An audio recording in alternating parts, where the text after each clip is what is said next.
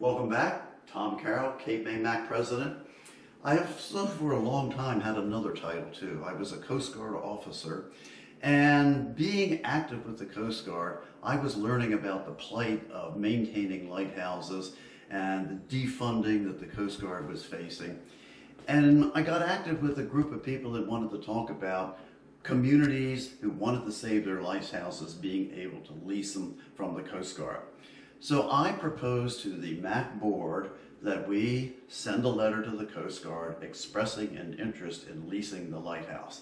That was in 1983, and it's amazing what it stirred up.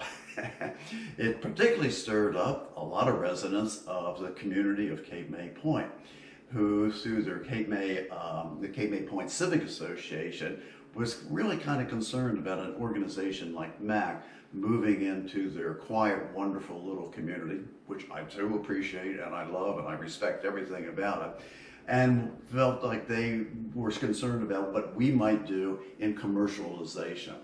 So we went into about a 3-year period of discussions about restoration of the lighthouse, what we could do on the grounds, promise that there would not be any kind of other attractions going on other than the lighthouse itself. Well, this ended up with us being able to lease the lighthouse, but then we came into a really big question about money to open it to the public. So the next year, we were able to open the ground floor of the lighthouse only, and also a little gift shop. But we really knew that what we needed to do was to get people the chance to climb up the tower, which meant they needed to tackle a really amazing staircase, a circular staircase carrying you all the way up to the top. This was a challenge. To make that staircase safe, we needed lighting under the treads. We also needed an inside handrail so people could go up and down at the same time.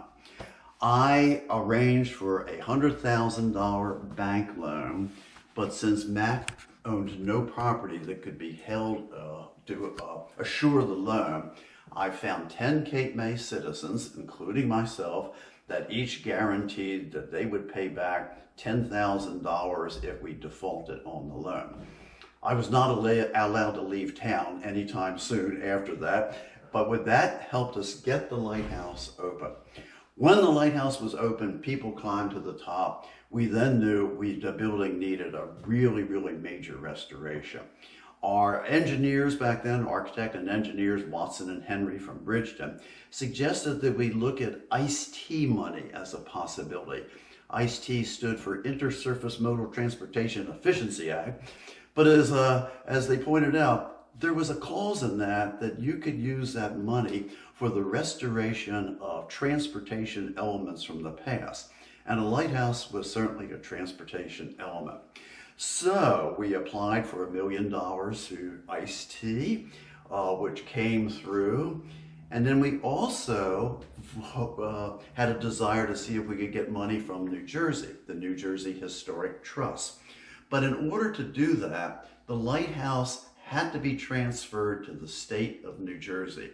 And we managed to accomplish that by convincing the Coast Guard they could always have access to maintain the light and the lighthouse, that the lighthouse would become the property of New Jersey, the Department of Environmental Protection, and that gave us a chance to apply for another $1 million through the New Jersey Historic Trust.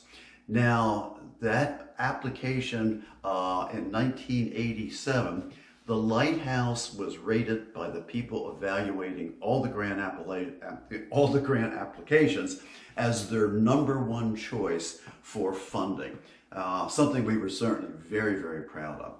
So that gave us the money to start taking the lighthouse apart and putting it back together.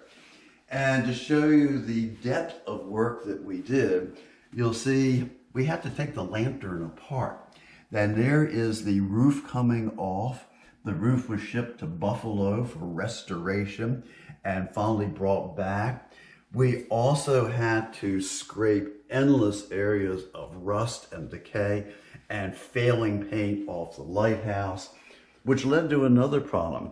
in doing some soil tests around the lighthouse, we found that all that lead paint that for 150 years had been falling onto the grounds around the lighthouse meant the soil was contaminated.